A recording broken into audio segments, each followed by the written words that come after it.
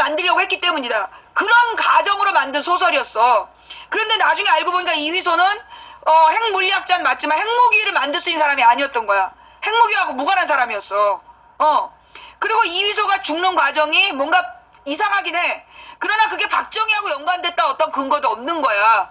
그러니까 그 무궁화 꽃이 피었습니다라는 거는 내가 볼 때 박정희를 우상화하기 위해서 만든 진짜 개수작이었던 거야. 근데 그 소설이 나온 다음에 어떻게 됐냐면 그 전에는 박정희의 박자도 우리나라가 입 밖에 못 내는 분위기였어요. 79년도에 박정희가 총 맞아 죽은 다음에 독재자가 제거됐기 때문에 그래서 그 전두환 심지어 전두환 노태우가 박정희 양자였잖아. 정치적 양자였음에도 박정희 우상을 못했어. 그만큼 국민들의 박정희에 대한 분노가 강했던 거야. 근데 그 강했던 국민들의 분노가 그 무궁화 꽃이 피었습니다는 개같은 소설 때문에 완전히 뒤집어지고 박정희가 다시 우상으로 복귀하게 되는 거야. 그래갖고 그 꼴통 박근혜가 98년도에 대구에서 국회의원이 되는 거예요. 그래서 내가 그 김진명 소설은 절대 읽지 말라고 그러는 거야. 굉장히 무책임한 사람이야, 그 사람. 그 박정희를 우상화한 소설이었어요, 그게. 예. 근데 좌우지간 그 책이 팔리기 시작한 게 94년부터였어. 내가 왜 기억이 나냐 하면 내가 94년도에 저희 학교를 졸업하고 나와 있을 때 그때 사람들이 무궁화꽃 그 열풍이 불어가지고 94년 5년에 무지 열심히 읽었어. 무지 열심히 읽고 내 기억에는 95년 96년에 말지에서도 그 내용이 나와. 오연호 기자가 이휘소 박사에 대해서 조사하러 가는 그런 특집 기사를, 르포 기사를 쓰고 그랬었어. 그래서 내가 기억이 나는 거야. 근데 그 95년, 6년에 그 열풍이 지나고 난 다음에 세상에 98년도에 박근혜가 국회의원으로 당선이 된다니까. 그러면서 98년부터 김대중 노무현의 발목을 잡을 때 박정희 우상을 팔아가지고 박근혜라는 그 꼴통을 뭔가 신비롭게 가려놓고 자기네들은 다 알았던 거야. 박근혜가 뭐 김종필이가 대놓고 박근혜가 뭐 애를 낳았다는 이런 개소리 하면서 그러면서도 지네들끼리 쉬쉬하면서 박근혜를 허상으로 바지사장으로 내세워놓고 박근혜 팔아요 이러면서 그때부터 장사를 시작해. 그래서 김대중 노무현 10년 동안 박근혜를 팔아서 야당 짓을 한 거야. 그러면서 뭔가 박근혜가 신비롭고 뭔가 강단 있고 자존심이 강한 어떤 정치적인 리더인 것처럼 그렇게 박근혜를 팔았다니까. 지금 보니까 완전히 주사에 쩔은 바본데 뻔히 알면서 98년도에 그렇게 10년 동안 박근혜를 팔았다니까. 그 팔았던 그 책이 무궁화 꽃이 피었습니다를 통해서 팔기 시작한 거야. 그때가 94년 5년이 우리나라의 뉴라이트가 만들어지던 시점이에요. 예. 뉴라이트가 만들어지던 시점이고 뉴라이트 조직이 막 만들어지던 시점이고 그러면서 박근혜가 딱 등장하는 게 98년이야. 그래서 98년부터 2007년까지 얘네들이 박근혜라는 구심을 중심으로 박정희의 우상을 팔았어. 그러면 어떻게 박정희라는 우상이 팔릴 수 있었을까? 그걸 알아야 돼. 그 박정희라는 우상에 먹혔던 이유가 뭐냐 하면 이승만 때 너무 가난했어, 우리나라가. 여러분 그거 알죠? 이승만 때 그러니까 이승만 때 우리나라의 경제 규모가 이승만 때 우리나라 경제 규모가 북한보다 못했어. 그거 알아요? 1인당 국민소득이 이승만 때 김일성의 북한보다 우리가 낮았어, 남한이. 그래서 그만큼 가난했고 1960년대까지 우리나라는 보릿고개라는 게 있었어. 그런데 그 민주정부가 들어서면서 윤보선 정부에서 그 IBRD에다가 우리나라의 그 국토개발 계획을 의뢰를 하고 거기서 가져온 게 뭐냐면 제조업을 융성시켜야 된다. 그래서 호남에다가 섬유 전자산업을 만들고 그래서 호남에서 자기 집에서 농사 짓는 가족들이 지은 농사로 밥을 먹고 출근을 해서 광주 전남 지역에 섬유 전자산업 단지를 조성하면 값싼 노동력을 얻을 수 있기 때문에 그럼 우리나라의 그 경제 개발이 된다. 그러니까는 인력 생산이 되는 거야. 농사만 지어서 먹고 살기 어려운 나라가 아니라 농업과 공업이 하나 되는 농공단지가 만들어지는 거죠. 그게 윤보선 정부에서 의뢰한 보고서 내용이었어. 그리고 부산, 그러니까 이 여수부터 부산 마산 요 일대를 그 수심이 깊은 입지 조건을 이용해서 대형 항만 시설을 가동하고, 그러면서 이 호남선하고 경부선을 그 철도가 지금 하나씩 나 있었는데 복선 2개로 나서 산업철도로 발전시켜라. 그리고 대구, 전주, 광주, 부산을 연결시키는 가로도로망들을 확충해라. 그게 IBRD의 보고 내용, 조사 보고서였어. 근데 그걸 박정희가 훔쳐가지고 윤보선을 5.16 쿠데타로 내쫓고 나서 그 내용을 변제시킨 거야. 그래서 원래 그 호남 지방에 그 값싼 노동력이 많이 있었는데 거기다가 만들려는 이 섬유전자산업을 지고양 구미에다가 만든 거야. 근데 구미는 인구 희박 지역이었어, 그 당시에. 아무 도시가 아니었는데 거기다 만든 거야. 그래놓고 거기다 사람들을 끌어온 거야. 그러다 보니까 사람들이 막 갑자기 도시로 몰리니까 식량비가, 쌀값이 폭등하는 거야. 그래서 쌀값 폭등을 막기 위해서 정부미를 지급하면서 경제적인 통제를 한 거죠. 그래갖고 호남이 죽어버린 거야. 구미공단을 만들면서 호남을 죽인 거야. 쌀값을 그 당시에 시장경제에 맡겼다면 호남이 부자가 되는데, 그때 쌀값 폭등을 막기 위해서 강제로 쌀값을 낮춰놨던 거예요. 그게 박정희의 구미공단 사태였어. 그래놓고 나중에 1960년대부터 70년대까지 제조업으로 해서 일자리를 창출하고, 그래서 나라 경제가 돌기 시작한 게 맞아. 근데 이 또라이가 중간에 변심을 해가지고 거기다가 석유화학단지를 만든 거야. 구미에다가 석유화학단지를 만들면서 구미 일대가 이제 위험지역이 된 거죠. 저고가 정책으로 이 호남의 농민들을 죽인 게 박정희야. 그리고 산업철도로 죽이고 모든 돈을 경부고속도로 만든 데다 쏟아부은 거야. 그래서 나라 경제가 불균형 발전을 하게 되는 게, 그게 박정희의 중범죄란 말이야. 그럼에도 불구하고 우리 국민들이 박정희 때 먹고 살게 됐다라고 생각하는 건, 호남에서 이제 8명 9명씩 자손을 낳아가지고 그 자손들이 도시로 다 일하러 간 거야. 그리고 그 딸 아들들이 그 공장에 가서 저임금에 시달리면서도 그 저임금의 돈을 모아서 시골로 보내면 그걸로 이제 먹고 살게 된 거야. 그러니까 박정희가 나라를 구한 줄 안 거지. 그래서 박정희 신드롬이 생긴 거예요. 근데 정확하게는 박정희가 국민을 먹여 살린 게 아니야.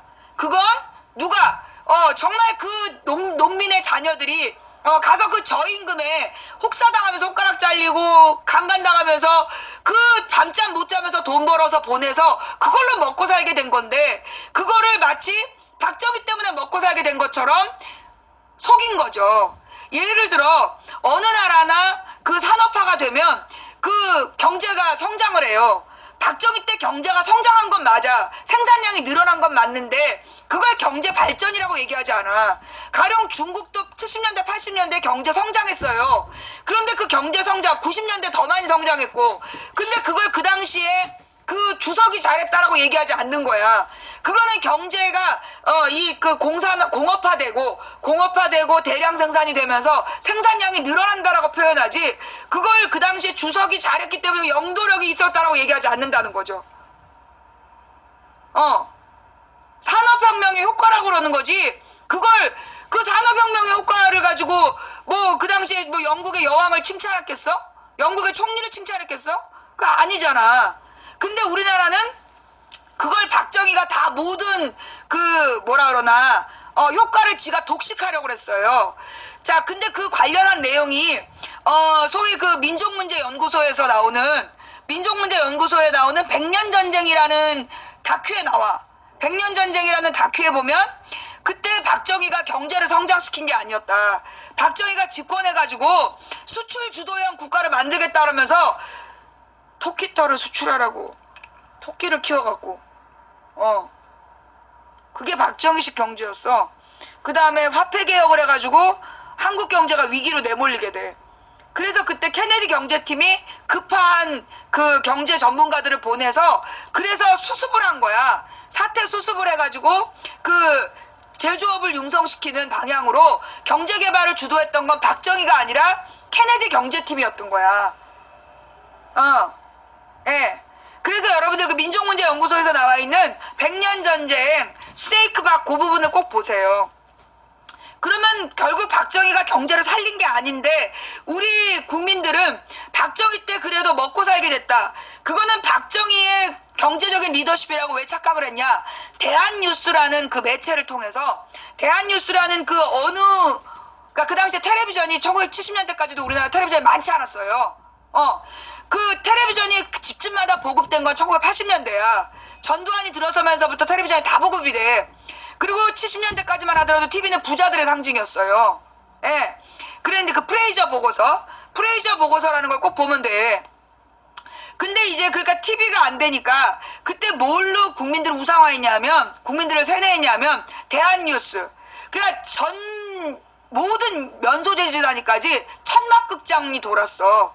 그래가지고 이제 뭐 대도시는 한 편만 하고 그 다음에 이제 저 변두리 극장에서 2편 동시 상영을 해. 근데 면소재지까지 내려가게 되면 3편 동시 상영을 했단 말이야. 그리고 그런 동시 상영을 하는 극장들이 모든 전국에 있었어. 조그만 극장들이. 그러면서 그 극장들이 굉장히 싼 값에 영화 3편을 보여주는 거야. 그런데 그 당시에 가서 보면 그 영화 내용이 거의 안 보였어. 왜냐면 오래 돌린 이 필름들은 상해가지고 비가 내린다 그러잖아. 그리고 막 내용이 또 연결도 안 돼. 중간에 막 타버리면 그냥 붙여가지고 내용도 연결이 안 되는 그런 그러니까 그 극장들에서 3편씩 동시 상영을 하는데 화질이 좋았던 건 대한뉴스 뿐이었어. 내가 그건 정확히 기억해. 왜 기억하냐? 내가 그때 우리 동네 천지극장이라고 있었어요. 예. 천지극장이라는 극장이 있었는데 거기가 3류극장이었거든. 거기서 이제 동시상영으로 우리가 영화를 보던 극장이었어. 그러니까 대지극장은 동시상영 2편 하던 데고 천지극장은 동시상영을 3편 했던 데야. 여기 이제 도봉구에 있었던 그러니까 우이천에서 도봉로에서 우이천 건너기 직전에 있었던 극장이었어. 거기가 무슨 마트가 들어섰다가 지금은 다시 메가박스인가 뭔가 들어섰던 것 같아. CGV인가 뭔가 들어섰어. 메가박스인가 CGV인가 들어섰는데 하여튼 그 수유리의 천지극장 그게 내가 다녔던 극장이야. 근데 거기서 내가 태권브이를 봤다니까. 그때 태권브이를 보러 갔을 때 태권브이가 거의 화면이 막 번쩍번쩍 하면서 막 이만한 막 이상한 얼룩들이 날아다니고 그랬어. 그런데 대한뉴스는 아주 또렷했던 기억이 선명해. 그래서 내가 기억하는 거야. 대지극장, 세일극장, 천지극장이 제일 말단이었거든. 내가 천지극장에서 태권브이를 봤어. 근데 태권브이에 막 깡통 로봇가 막 번쩍번쩍 하면서 막 2개도 나오고 막 그랬단 말이야. 붙여서 그래. 필름을 막 이어 붙여가지고. 그리고 내용이 막 안 통하면서도 우리 그걸 봤어. 근데 그때 대한뉴스는 아주 선명했어요. 그게 뭐냐? 결국 3류 극장까지 보편화시켰던 이유가 뭐였냐면 그게 대한뉴스를 보게 하려는 목적이었다는 거야. 예. 동시상영을 통해서 대한뉴스를 보게 했던 거야. 사람들 억지로 극장으로 불러가지고 그 대한뉴스를 보게 하고 그 대한뉴스로 그때 대한뉴스 속에 박정희가 막 그 모내기를 하고 그리고 막 그 추수를 하고 막걸리를 벌컥벌컥 마시고 그러면서 막 그 저기 작업 잠바를 입고 막 그 저기 산업 모자를 쓰고 막 큰 공장에 가서 지시를 하고 그랬다니까. 그리고 나는 박정희가 공업과 농업 모든 것에 유능한 정말 훌륭한 정치적인 지도자인 줄 알고 자랐어. 근데 나중에 알고 보니까 그때 지시했던 게 골리앗이야. 골리앗한테 박정희가 뭘 지시했겠어. 그 저기 크레인인데 크레인한다고 지가 무슨 손가락을 뭘 지시했겠어. 사진이었던 거지. 그러니까 우리 그 당시까지만 해도 국민들이 그런 걸 잘 모르니까 그런 대형 건축기계를 잘 모르니까 그런 뻥까는 뉴스를 만들어서 뿌렸다니까. 예. 그렇게 우리가 세뇌를 당한 거야. 그래서 박정희가 경제 전문가인 줄 알았어요. 그래가지고 박근혜가 대통령이 될 때 이명박이는 사기꾼이라 지 혼자 먹고 튀었지만 박근혜가 대통령이 되면 박정희 때처럼 우리를 다 같이 먹여 살려줄 거다. 그런 기대감을 갖고 박근혜를 찍어줬던 거야. 그런데 박근혜가 돼서 어떻게 됐어요? 더 먹고 살게 됐어? 빚만 늘었어. 빚만 늘은 거야. 그래서 결국은 박정희의 신화가 박근혜의 무능으로 산산이 깨어졌다는 게 중요한 거야. 지금 자유당이 자기네들이 그 야당이 돼서 역시 문재인의 발목을 잡을 수 있어라고 지금 착각을 하고 있는데 니네들이 절대로 안 되는 이유가 뭐냐면 니네가 98년부터 2007년까지 김대중 노무현 발목을 잡을 때는 박근혜를 팔아서 박정희가 경제를 살렸다라는 그 신화, 가짜 신화를 만들어서 김대중 노무현이 경제를 죽였다라고 거짓말한 거잖아. 근데 실제로 우리나라 경제가 가장 성장한 게 김대중 노무현 때예요. 예. 경제가 발전한 게.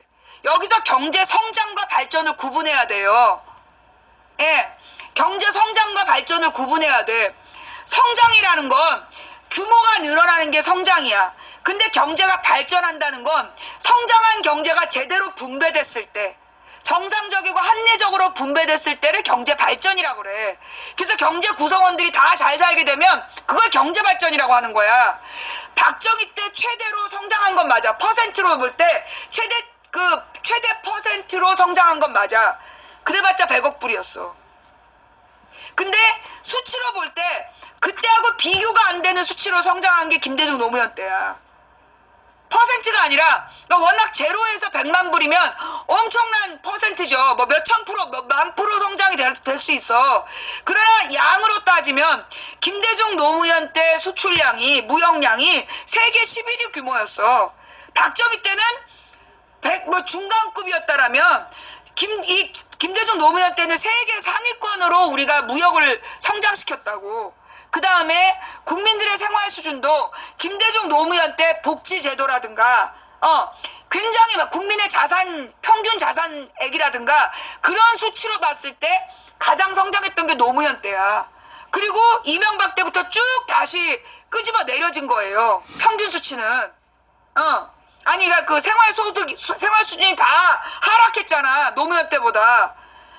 이명박 박근혜 때 성장한 경제 수준을 전부 다 부자들이 나눠 먹어, 쏙 빼서 지네들끼리 나눠 먹으면서 일반 중산층 몰락하고 서민들의 생활은 더 나빠진 거야. 그래서 서민들이 제일 잘 살았던 때가 김대중 노무현 때예요. 여러분 잘 생각해봐. 노무현 때는 주말마다 외식했어. 기억 안 나? 동네마다 맛집이 있었잖아. 기억 안 나요? 노무현 때는 엄마 아빠가 돈 벌어가지고 주말마다 외식했어. 막 웰빙 열풍 얘기하고. 그러다 이명박이 되면서부터 망하고 빚지고 이렇게 된 거 아니야. 자영업자들이 제일 잘 나갔을 때가 노무현 때였어. 기억나지? 그래서 서민들의 생활 수준이 제일 좋았던 때가 노무현 때였어요. 그러다가 이명박 박근혜 때 경제 수치는 성장 수치는 유지됐어. 성장은 그러니까 그 전체 경제 수준은 유지가 된 거야. 그런데 그 경제 수준을 상당한 양을 부자들끼리 나눠 먹는 바람에 이 서민들의 생활은 점점 더 피폐해진 거죠. 10년 동안. 이걸 우리가 분명히 알아야 되는 거야.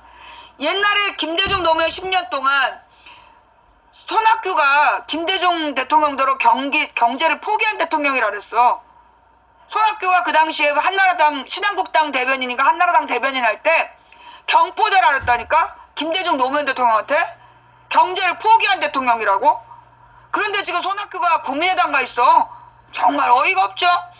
좌우지간, 그래서 그 김대중 대통령, 노무현 대통령이 경제를 실패했다라고 계속 세뇌를 시킨 거야. 실제로는 김대중 그러니까 김영삼이 말아먹은 경제를 김대중 때 정상화시키고 노무현 때 급성장을 시켰는데 그걸 갖다가 경제를 포기한 대통령, 경제를 망친 대통령, 그러면서 죽은 경제를 살려야 된다고 경제야! 그러면서 나경원 그 미친 그 XX가 그 지랄하고 그랬잖아. 박근혜 좋다고 박수치고.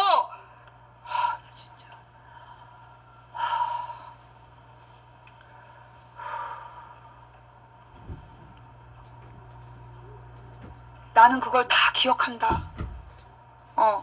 나는 그걸 다 기억해.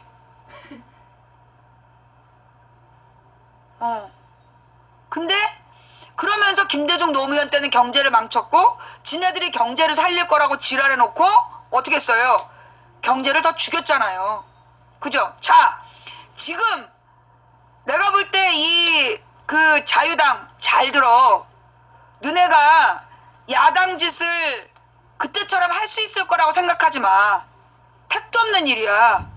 왜 안 되냐 하면 이미 박정희 시대가 깨어졌다고. 박근혜가 얼마나 무능한지를 보여줌으로 인해서 박정희 때 박정희가 경제를 살렸다는 얘기가 거짓말이었다는 게 들통이 났어. 그리고 이 이명박 박근혜 10년 동안 너네가 경제 무능한 권력이라는 게 입증이 된 거야. 그 다음에 경제만 무능한 게 아니라 김대중 노무현 10년 동안에 우리가 전쟁 난다는 공포 없이 살아봤어. 그래서 너네가 이명박 박근혜 때 전쟁 공포를 팔아도 안 먹힌 이유가 그거야. 내가 볼 때 국민이 전쟁 공포를 안 먹었어. 뭐냐면 전쟁 공포 없는 10년을 살아봤기 때문에. 근데 전쟁 공포를 팔려고 그렇게 지랄을 했던 거야, 이명박 박근혜 때. 결론은 뭐냐? 안보 무능이었잖아. 안보를 팔아서 대통령이 된 이명박 박근혜는 경제도 무능했고 안보도 무능했던 거야. 복지도 무능했던 거야. 국제적으로 개망신 떨면서 부도덕했고, 그 다음에 이번에 최순실 농단을 통해서 얼마나 그들이 미천한 사고를 가졌는지가 온 천하에 드러났기 때문에 지금 너네 바른당에서 바른당이나 무슨 자유당에서 무슨 야당 노름해가지고 그 문재인 정부를 칠 수 있다라는 판단 자체가 잘못된 거라고. 그게 불가능해. 옛날에는 누구니 김진명 같은 인간이 무지개꽃 피웠다고 막 뻥을 까주고 그걸 팔아갖고 박근혜를 허상으로 키워내고, 그래서 박근혜와 박정희의 신화를 팔아서 너네가 야당 집권을 할 수 있었는지 몰라도 이제 너네가 팔 영웅이 없어. 이명박 국민 전부 다 사기꾼이라고 그래. 전두환 살인마라고 그래. 너네가 지금 전두환 이명박으로 장사해 먹을 수 있어? 이명박 전두환이가 너무 오랫동안 권력을 잡아서 후계자를 또 키우지도 않았어. 그래서 니들은 안 되는 거야. 그래서 니들이 안 되는 거라고. 너네가 이번 판에 뭔가 재기할 수 있을 거라고 꿈도 꾸지 마.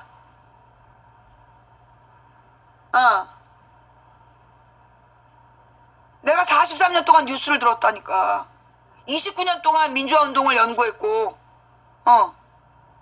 그리고 14년 동안 인터넷에서 여론조작을 어떻게 하는지 연구한 사람이야, 내가. 니네가 지금 그렇게 야당 놀이를 다시 시작해본다고? 꿈도 꾸지 마. 문재인은 김대중 노무현 정부가 어떻게 니들에게 유린당했는지를 분명히 목격한 증인이야. 그래서 너네 그렇게 문재인을 밟았던 거지. 내가 요즘에 생각하는 게 뭐냐면, 왜 그토록 김한길하고 박지원은 그렇게까지 문재인을 짓밟으려고 했던가. 그치? 왜 그들은 그렇게까지 문재인을 짓밟으려고 했던가야. 김한길, 박지원이. 그 이유가 뭐냐? 문재인은 분명히 목격했던 거야. 이 박지원이는 김대중 정부 때 그 현대 심부름하고 돈 받아 처먹었다가 감옥 갔던 거고, 근데 문재인은 그런 짓을 안 했잖아. 만약에 문재인이 노무현 때 한 푼이라도 받았으면 감옥 갔겠지. 안 그래? 박지원이가 감옥 간 거 현대 심부름하면서 정치자금 받은 것 때문에 감옥 간 거였거든요. 그런데 지가 김대중 대신 감옥 간 것처럼 지를 팔아먹은 거고 가짜 뉴스를 팔아가지고 지금까지 정치하고 있는 거야. 근데 만약에 문재인이 그때 노무현의 최측근으로서 모든 걸 지켜본 문재인이 한 푼이라도 받았으면 감옥 갔겠지. 노무현이 죽은 다음에라도 감옥을 갔겠지. 그런데 문재인은 안 갔다는 거야. 털어서 먼지가 안 났다는 거지. 그러니 쟤네들 입장에서는 문재인은 죽여버리고 싶은 놈이었던 거지.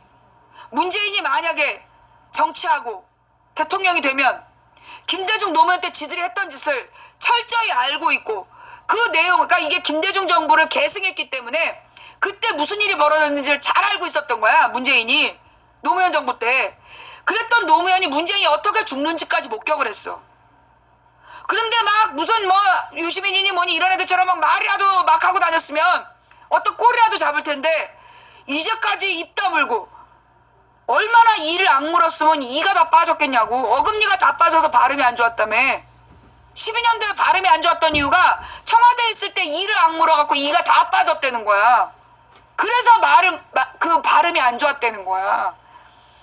그렇게 각오하고 결의한 사람이었던 거지.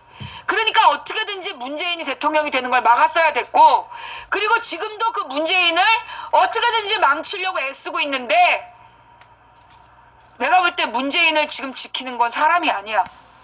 지금 무슨 뭐 문재인 빠돌이들이 지네들이 지키는 것처럼 막 헛짓거리를 하고 있는데, 지네가 지금 막 착각을 하고 있는데, 문재인을 지키는 건 이거는 사람의 손이 아니야. 내가 어제부터 분명히 느끼는 거야. 아니, 여러분 느껴지지 않아요? 쟤네들 기가 완전히 꺾였다는 거? 김상조 잡을 거라고 지랄하고 나온 애들 얼굴이 완전히 썩었어, 지금. 질문하면서 그 청문회 대상을 똑바로 쳐다를 못 봐. 기가 꺾인 거야. 이게 내가 볼 때는 이 항명 사건이 딱 터지면서 그걸 문재인이 일부러 터뜨렸는지 잘 모르겠는데 항명이다. 문재인이 이번에 이 사드 항명 문제가 정확하게 터지면서 쟤네가 완전히 기가 꺾였어. 여러분 볼 때 어때요? 그런 거 같지 않아? 지금 이낙연도 쟤네들이 어떻게든지 막 낙마시키려고 그랬잖아. 근데 그게 이낙연은 처음부터 이제 이 호남을 끌어들이기 위해서 이낙연을 안 쳤어요. 그 국민의당 협조할 수밖에 없는 거지. 처음부터 공조가 깨진 거야. 그리고 난 다음에 이번에 김상조를 딱 청문회 두 번째는 김상조가 세 번째잖아. 근데 이미 서훈 때도 얘네들이 공격점을 못 찾았고, 그 다음에 지금 이 김상조도 오전에 완전히 게임 끝난 거야. 오전에 이 김상조가 입 딱 열면서 게임이 끝나버렸어. 지금 이거는 이 문재인은 내가 볼 때 사람의 힘으로 지금 정치하고 있는 게 아니다. 예. 지금 문재인의 정치는 이거는 문재인이 하는 게 아니라고 보여. 이 모든 일이 어우러져서 지금 가고 있는 방향은 이거는 나는 정말 신의 가호라고 봐. 문재인이 굉장히 독실한 천주교 신자더만 그 사람 사인하는 그 손에 천주교 묵주반지가 있어. 그치? 그 천주교 묵주반지지. 나 결혼 반지인 줄 알았는데 잘 보니까 그게 천주교 묵주반지더라고. 그리고 나는 손석희 사장은 그냥 무신론자인 줄 알았어. 근데 손석희 사장이 천주교 신자더만? 그러니까 내가 볼 때 지금 이 흐름은요 사람의 흐름이 아니야. 내가 14년 3월 1일에 분명히 들었다니까. 3월 2일날 14년 3월 2일에 내가 분명히 예배 중간에 막 눈물을 흘리면서, 그때 김한길이가 안철수를 끌어들이면서 새정치민주연합이라는 괴물당을 만들 때였어. 그 안철수를 영입했다는 발표 났을 때였어. 그 14년 3월 2일이 우리가 3월 1일날 58명이 삭발을 하고 그 다음날 김한길이가 다급한 마음에 안철수를 끌어들여갖고 새정치민주연합이라는 당을 만드는 발표를 하던 그날이었어. 그날 내가 너무나 화가 나가지고 막 억울해가지고 예배 시간에 울고 있었어요. 근데 하나님께서 그 얘기를 하시는 거야. 네가 이제까지 본 적도 없고 들은 적도 없고 차마 상상한 적도 없는 일이 일어날 것이다. 그 일을 통해 모든 적폐를 드러낼 것이고 그들을 무찌를 것이다. 심판할 것이라고 그러셨어. 그래서 내가 한 달을 기다린 거야. 3월 30일까지. 근데 아무 일도 안 일어나는 거야. 그래서 내가 3월 30일 날, 여러분 저희 14년 방송 가서 보세요. 내가 14년 3월 30일 날 내가 오늘부터 나는 채식을 할 거다. 그럼 내가 저녁을 금식하고 채식할 거라고, 하루에 한 끼만 채식한다라고. 그러니까 하루에 한 끼만 먹으면서 그것도 채식만 할 거라고 내가 선언하는 게 3월 30일이야.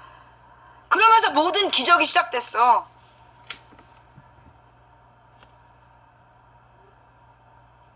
지금 내가 볼 때 이 문재인 정부는 이게 사람의 정부가 아니야. 사람의 손으로 일어나고 있는 일이 아니야. 이 모든 일이 이게 사람이, 누군가 개인이 그 스케줄을 짜갖고 이렇게 한다고 이렇게 될 수가 없어. 물론 구석구석 자기네들이 어떤 뜻을 더했겠지. 각자의 목적이 있었을 거야. 그런데 그 각자의 목적을 완벽하게 짜맞춰서 지금 이 상황으로 만들어가는 건 이거는 사람의 힘이 아니다라고 나는 봐요.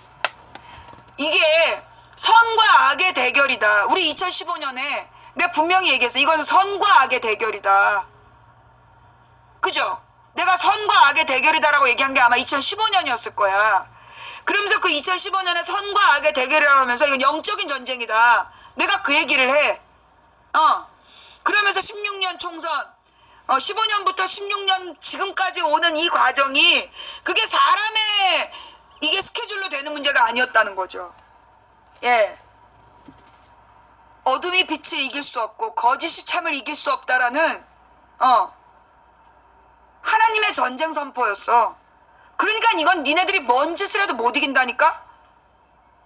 너네가 지금 남은 그 막말러들을 동원해가지고 복고일인가 뭔가 아주 막말했더라고. 복고일 김진명 같은 류야. 아주 막말을 하고 있는데 그런 막말로 니네가 전세를 뒤집을 수 있다고 생각하지 마. 그때는 박근혜가 박정희라는 어떤 경제적인 발전을 시킨 신화라는 허상을 쓰고 그 가짜 뉴스를 바탕으로 해서 니네가 야당 짓거리 할 수 있었는지 몰라도 지금은 다르다니까. 지금 너희들에게는 우상이 없어. 신화가 없어. 자, 내 말이 맞아요, 틀려요? 지금 바른당이나 뭐 자유당이나 지금 뭐 국민의당에서 눈치 보고 있는 박지원이나 이런 애들 너네들이 지금 뭔가 전세를 뒤집을 기회를 노리고 있는 것 같은데 그 기회는 오지 않을 거야. 왜? 98년부터 2007년은 박근혜 신화, 박정희 신화를 팔아서 박근혜라는 바지 사장을 팔았잖아. 그래서 니네가 성공했을 수 있었던 거야. 그런데 이젠 안 된다니까? 안 돼. 왜? 너네 미천이 거덜난 거야. 너네는 이번에 철저히 회개하고 거듭나야 돼. 한마디로 지금 너희 정치 세력은 모두 그만둬야 돼. 지금의 너희들의 정치가 다 끝나야 된다고. 너희들은 끝나야 되는 세력이야. 심판 대상이라고. 새로운 세력이 시작이 될 거야. 근데 여기서 또 이런 얘기를 할게요. 문재인 정부 안에 구 권력과 연관되어 있는 부패 세력이 나는 숨어 있다고 봐요. 노무현 때도 그랬어. 노무현 때도 그랬던 것처럼 문재인 세력 안에, 문재인 정부 안에 자신의 정체를 숨긴 이 적폐 세력이 숨어 있을 수 있다. 걔네들이 지금 그 국민적인 요구를 깔아뭉개고 그러면서 그 실권을 차지해서 결정적일 때 문재인을 죽이려고 할 수 있다. 그리고 여러분 생각해봐요. 솔직히 내가 수요일날 돌아오면서 너무 민망했어. 내가 이렇게 얘기를 했으니까 적어도 일주일은 쉬어야 되지 않냐고 내가 그러는데 그냥 밀어붙이시는 거야. 방송 열으라고. 도대체 내가 왜 열어야 될까 싶었는데 솔직히 내가 그날 아침까지도 내가 항명이란 말이 내 입에서 나올지 몰랐어. 근데 수요일날 방송을 딱 하고 시작하자마자 항명이란 얘기가 막 나오는 거야. 그때 깜짝 놀랐다니까? 이게 항명이었어? 나 방송하면서 알았어. 그러니까 내가 그러잖아. 이거 항명 아니냐? 이러잖아. 그러니까 내가 그거를 그 전에는 미리 깨닫지 못하고 방송을 열은 거야. 왜 열었는지 모르고 했고 거기서 그게 항명이다 이런 얘기가 나도 모르게 나온 거고 그러니까 진짜 항명이고 군법 위반이라는 얘기가 그때 우리가 처음으로 기사를 보잖아. 진짜 이런 기사가 있네 이러면서 확인하잖아요. 그 전까지 생각을 못했다니까. 근데 솔직히 얘기해서 내가 항명이라고 그러면서 너무 오버한 것 같더라고. 솔직한 내 심정은 뭘 이걸 가지고서 군법 위반이니 항명이니 너무 이거 좀 오버한 것 같았어. 그런데 그 저녁에 손석희 사장이 똑같은 얘기를 하는 거야. 그 저녁에 손석희 사장이 똑같은 얘기를 하더라고. 그래서 이렇게 시켰구나. 그리고 어저께도 내가 딴 얘기 하려는데 또 막 2시간 동안 내가 화를 내면서 진짜 왜 이러실까. 근데 그게 보니까 그 시간 전후로 그 전에 저쪽 애들이 그러니까 소위 이제 그 이명박 전두환 세력이 이걸 안보 무능이라고 밀어붙이려고 했더만. 내가 막 화내기 전에 이 새끼들이 안보 무능이라고 반격을 막 가하고 언론을 막 동원하고 있던 상황이었던 거야. 근데 내가 막 2시간 동안에 지랄 발광을 한 다음에 그리고 나서 그 안보 무능 얘기가 쏙 들어갔어. 그치? 어제 저녁 때는 전부 다 항명이라고 다 그냥 대다수가 항명이라고 인정하는 것 같은데? 그쵸? 그러니까 내 어저께 오전까지는 어제 내가 막 사실 몰랐어. 어제 오전까지도 나 어제 오전까지 안보 무능 얘기하면서 반격을 막 시도했었던 거야. 근데 어제 내가 막 2시간 동안 나도 모르게 막 쌍욕을 아이고 내가 진짜 요 근래 그렇게 쌍욕 많이 한 것 같지 않은데 막 어저께 쌍욕이 그냥 연달아 나오는 거야. 그리고 나더니 저녁 때 되니까 그냥 입장이 항명이다 이거 군법 위반 이거 군법 위반 아니냐 이런 분위기로 정리가 돼 있더만. 아, 내가 잘못 알은 거예요? 내가 흐름을 잘못 파악한 거야? 제대로 파악한 거예요? 아니면 잘못 파악한 거야? 내가 제대로 봤지? 그 흐름이 그렇게 바뀐 거지. 그러면서 오늘 김상조도 오늘 내가 어저께 김상조를 뭐 포기해라. 김상조는 난 버릴 수 있다. 막 이렇게 얘기했잖아. 내가 오늘 청문회를 딱 보면서 한마디 시작하는데 텄네 싶더라고. 그러면서 이 게임은 쟤네가 못 이긴다 싶더라니까. 그래서 내가 오늘 그 김상조 청문회를 보면서 느낀 게 이거 사람의 싸움이 아니다. 이거 완전히 이게 기운이 이거는 이건 엄청난 나는 청문회를 내가 그동안에 보면서 이런 청문회 처음 봤어요. 노무현 때도 그 멀쩡하던 사람이 청문회장에 나오면 전부 다 벌벌 기었어. 그러면서 그때 박근혜랑 막 이런 무식한 새끼들이 그냥 밀어붙이면 그냥 기가 죽었다니까. 그래갖고 다 낙마한 거야. 논문 한 편 위장 전입 한 건 이런 걸로 죄 낙마를 했어. 그런데 이번 거는 이번 그 이낙연 청문회도 보니까 이 사람이 보통 사람이 아니더라고. 미천한 저의 삶을 돌아보는 기회가 됐다. 그 한마디에 이미 게임이 끝났어 이낙연 때. 그리고 이번에 김상조도 딱 한마디 시작할 때 게임 끝났다 싶더라고. 애들 청문회하는 청문위원들 얼굴이 아침하고 비교하니까 10년은 썩었어. 시커매졌어. 그지? 아침에는 굉장히 막 뽀했거든? 근데 지금 얼굴 봐봐. 얼굴 색깔이 새까맣게 죽었어. 그치?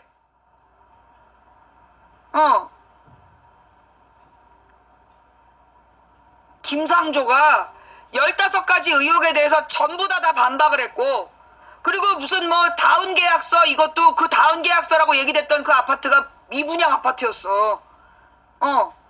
그랬지. 거기다가 또 무슨 그 카드 사용 내역 빵원이라고 막 들이댔는데 그 학교에서는 1,700만 원 이하면 그거는 빵원으로 처리되는 시스템의 문제였다는 거야. 자기도 1,700만 원 밑으로 썼다 돈. 근데 그게 어느 한도를 안 넘어가지고 신고를 안 받아준 거였다. 그랬지. 거기다가 예일대학에서 무슨 미국의 CEO로부터 스폰서를 받아서 연수한 거 아니냐 그랬는데 알고 보니까 그게 장학생이었고, 이게 걔네들이 막 질문을 하면 할수록 자기네들이 엉뚱한 질문을 하고 있는, 아니 어떻게 그 걔네들도 보좌관들이 다 있는데 몰랐겠냐고. 그 예일대 문제 같은 경우에 뭐냐면 이제 막 그 국민의당에서 아주 날카롭게 질문을 한 거야. 스폰서 아니냐. 와, 이 스폰서란 단어가 주는 어떤 그 찝찝하고 더러움, 그 아주 부패 같은데 막 꼬랑내가 막 나는 그런 느낌으로 딱 스폰서라고 던졌는데 한숨을 푹 쉬더니 그게 사실은 예일대학에서 그 300주년 기념으로 특별 프로젝트를 만든 거다. 그래서 CEO들이 누가 줬는지 비밀에 붙이고 주는 장학금 제도였다고.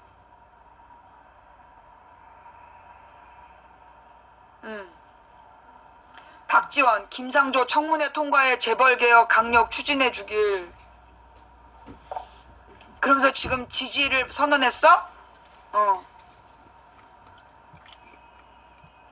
오늘 청문회가요. 한번 나중에 재방송 봐봐. 내가 볼 때 이건 강의 자료야. 이거 강의 자료야. 공정거래에 대한, 재벌개혁에 대한, 경제민주화에 대한 강의 자료야 저거. 내가 그런 야당을 믿고 오늘은 문재인을 깔 수 있을까라는 헛된 기대를 한, 내가 맨날 언내기라고 욕을 하면서 오늘은 헛된 기대를 한 내줘야지. 아휴.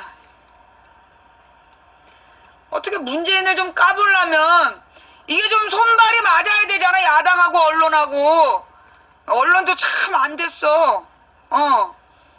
야당 애들도 참 안 됐고. 어떻게 까불려고 했는데 그게 참 거시기 하잖아. 이게 뭐 무슨 강남 아이들의 기회를 뺏는 것도 아니고 그 선생님 직업 선생님 그 학교 배정 때문에 그랬다니까. 또 그 위장전입 그것도 빨아먹을 수가 없는 거고. 거기다가 심지어 그 위장전입 문제 김상조 위장전입은 어떤 거냐면 그 외국으로 유학을 가면서 왜 목동에다가 주소지를 냈냐. 우리나라 외교부에서 유학 갈 때 우편물 취득을 위해서 반드시 주민등록 기재하라고 그러고 주민등록처를 가짜로라도 등록해놓고 가라고 안내한대. 외교부에서 안내가 나온대 공식으로. 외국으로 저기 무슨 업무나 유학을 갈 때 그때 그 국가에서 발송하는 공문서를 받을 수 있도록 주소지 한 곳을 정해서 신고해놓고 가라고. 그 위장전입이잖아 그거. 안 사는데 전입해 놓으면. 그래서 그렇게 당당했던 거야. 나는 되게 교만한 인간인 줄 알았어.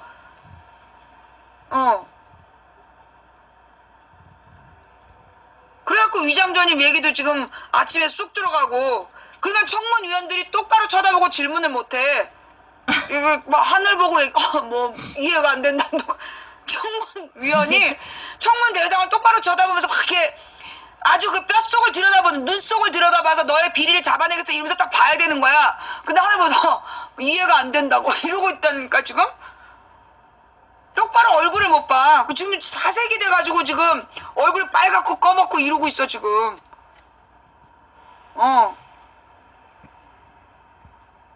내가 저렇게 청문위원으로 청문 대상이 나와가지고 말 저렇게 오래 하는 거 처음 봤어. 막 그 청문위원들을 돌아가면서 막 쳐다보면서 막 말을 해. 지금 강의 중인 줄 아나 봐 저 사람이. 꼭 지금 분위기는 청문회가 아니라 교수님 질문 있습니다. 그러면 거기에 대해서 설명하는 분위기야. 아이, 식을 캐러 가야 돼 내가 그래서. 좌우지간 지금 상황은